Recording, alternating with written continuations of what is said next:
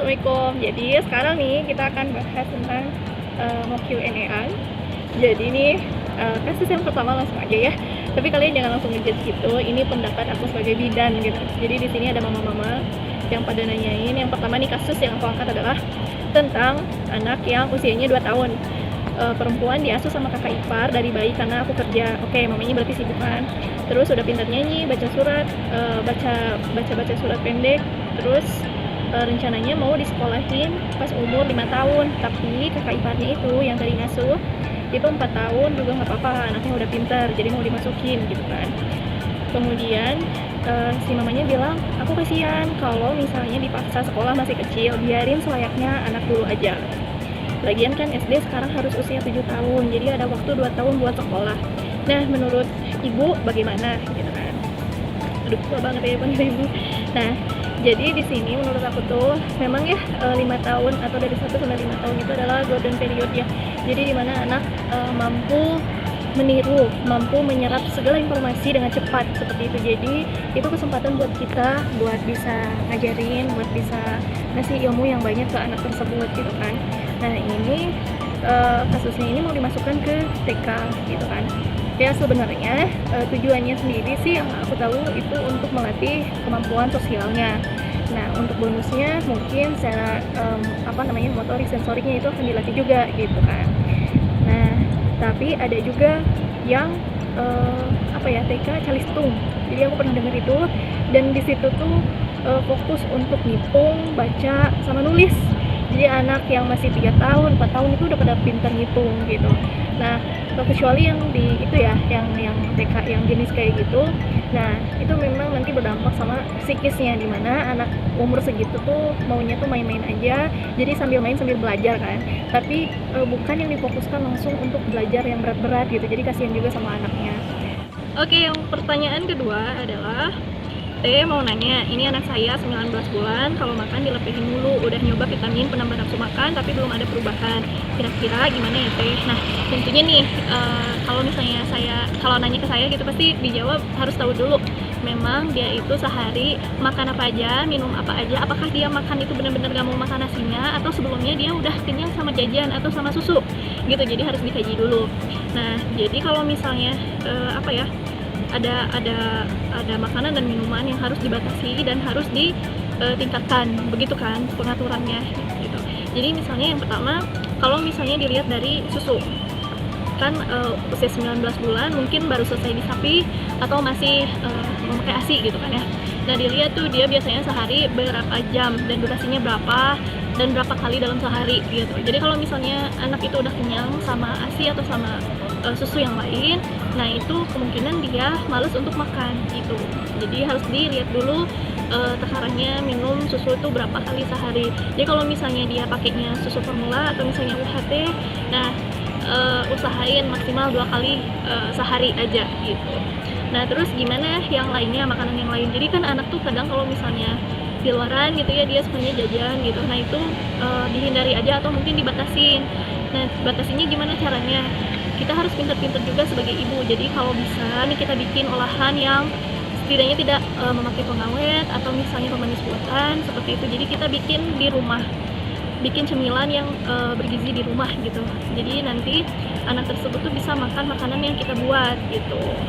Nah mungkin dari situ juga kita bisa siasatin, misalnya si anak ini butuh protein atau misalnya kalsium yang lebih. Nah kita bisa mengolah makanan tersebut itu dengan protein dan kalsium lebih. Misalnya nih kayak nugget dengan sayur-sayuran atau nugget dengan ayam atau daging, misalnya kita olah pakai nugget tersebut gitu dengan pengolahan yang sesuai dari ahli gizinya atau misalnya dari resep masak itu. Nah kita coba ikutin dari situ. Nah tapi dengan memperhatikan isi kandungannya. Jadi walaupun misalnya si anak tersebut tidak makan full misalnya 3 hari sekali, tapi anak tersebut itu sudah tercukupi gizinya dari makanan yang lain gitu. Jadi diusahakan untuk jajanan itu sebisa mungkin dibatasin atau diatur kayak gitu. Nah kemudian yang ketiga, nah kalau misalnya dari makanannya itu diusahakan bervariasi. Jadi yang meningkatkan minat si anak untuk mau makan gitu. Nah jadi bisa mungkin dari makanannya itu kita kreasikan dengan kesukaan si anak.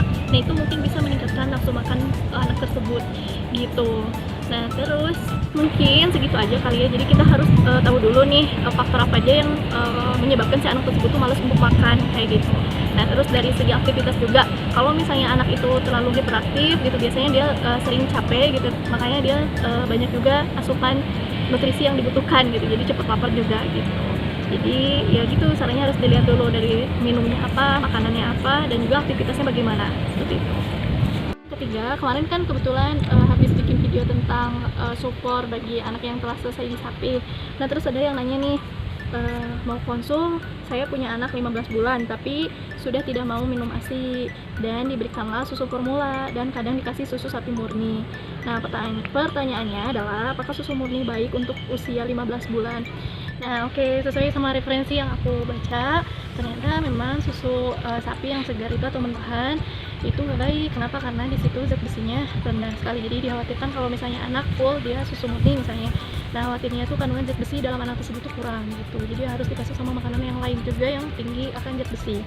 Kemudian dari cara pengolahannya lebih baik itu dipanaskan tapi nggak yang sampai mendidih dengan api yang sedang aja. Dan kalau misalnya si anaknya itu tidak menimbulkan reaksi alergi seperti misalnya diare, kemudian merah-merah di kulit, atau bisa sampai sesak napas, nah itu diperbolehkan gitu dengan tadi jadi diatur dari pemberian minumnya seperti itu. Oke, pertanyaan yang keempat nih, jadi ada yang nanya tentang lucu juga sih pertanyaannya. Jadi di sini udah lama katanya anaknya itu nggak minum ASI yang sebelah kiri. Nah terus habis itu berarti kan si ibunya cuma ngasih ASI yang sebelah kanan aja, dan apa ya, akhirnya itu yang air susu yang sebelah kirinya dikeluarin tapi dibuang seperti itu. Nah itu bagaimana ya gitu kan. Nah terus tanggapan saya, sebenarnya itu sayang banget kalau dibuang. Jadi sebisa mungkin walaupun misalnya si Ade nih nggak mau yang kiri, sebenarnya karena habit sih, karena kebiasaan, mungkin karena yang kanan aja, jadi si Ade nyaman yang sebelah kanan gitu. Padahal sebenarnya itu bisa diatur dari awal gitu, jadi yang kanan sama yang kiri itu sama aja seperti itu. Nah terus tadi kan tindakannya itu dibuang aja, nah itu sayang banget. Jadi kalau bisa disimpan di cup feeder atau misalnya di botol dengan aturan penyimpanan. Nah terus di sini ada lanjutan ceritanya, udah 3 hari ini nggak aku buang dan iseng tiba-tiba mimiin lagi dan si anaknya mau. Nah itu gak apa-apa kan, nggak ada istilah si ASI itu basi. Nah jadi di sini yang ASI itu selama nggak ditaruh di botol dan yang nggak ditaruh di misalnya di suhu ruangan gitu, itu nggak bakalan basi gitu. Jadi nggak ada masa expirednya ya kalau misalnya belum dikeluarin nih dari si payudara ibu. Dan nggak masalah walaupun misalnya udah 3 hari udah 3 hari dikasihkan ke adik bayinya, itu nggak bakalan keracunan kok adiknya gitu, sama aja. Jadi yang kanan sama yang kiri itu sama aja gitu, jadi jangan khawatir. Oke, terima kasih sudah bertanya.